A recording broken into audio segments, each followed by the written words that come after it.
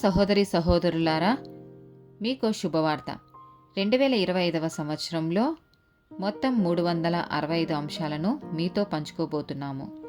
జనవరి 1వ తేదీ నుండి ప్రతిరోజు ఒక అంశము మరియు దానికి సంబంధించిన వాక్యమును పంచుకుంటాము. దయచేసి ఆ వాక్యములను వినండి, ధ్యానించండి మరియు ఆశీర్వదించబడండి. దయచేసి సబ్స్క్రైబ్ చేయండి మరియు మీ స్నేహితులతో పంచుకోండి. ధన్యవాదాలు.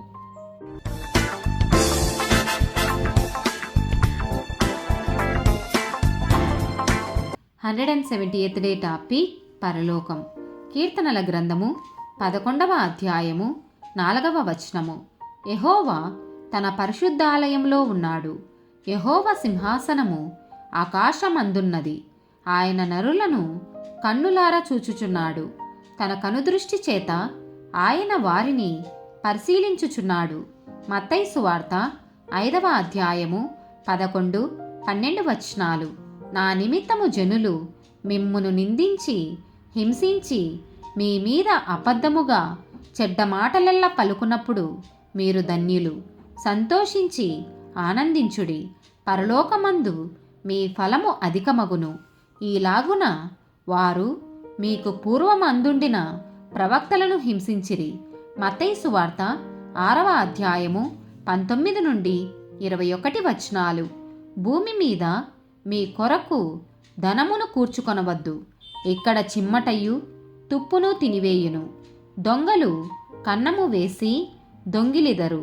పరలోకమందు మీ కొరకు ధనమును కూర్చుకొనుడి. అచ్చట చిమ్మటైనను తుప్పైనను దాని తినివేయదు. దొంగలు కన్నము వేసి దొంగిలిలరు. నీ ధనమెక్కడ నుండునో అక్కడనే నీ హృదయము ఉండును. మార్కు సువార్త 16వ అధ్యాయము 19వ వచనము.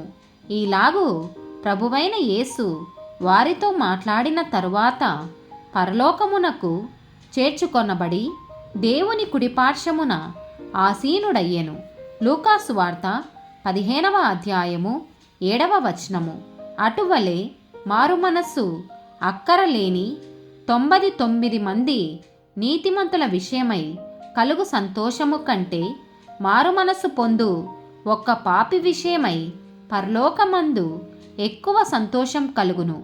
యోహాను సువార్త 14వ అధ్యాయము 2, 3 వచనాలు. నా తండ్రి ఇంట అనేక నివాసములు కలవు. లేని ఎడల మీతో చెప్పుదును, మీకు స్థలము సిద్ధపరచ వెళ్ళుచున్నాను.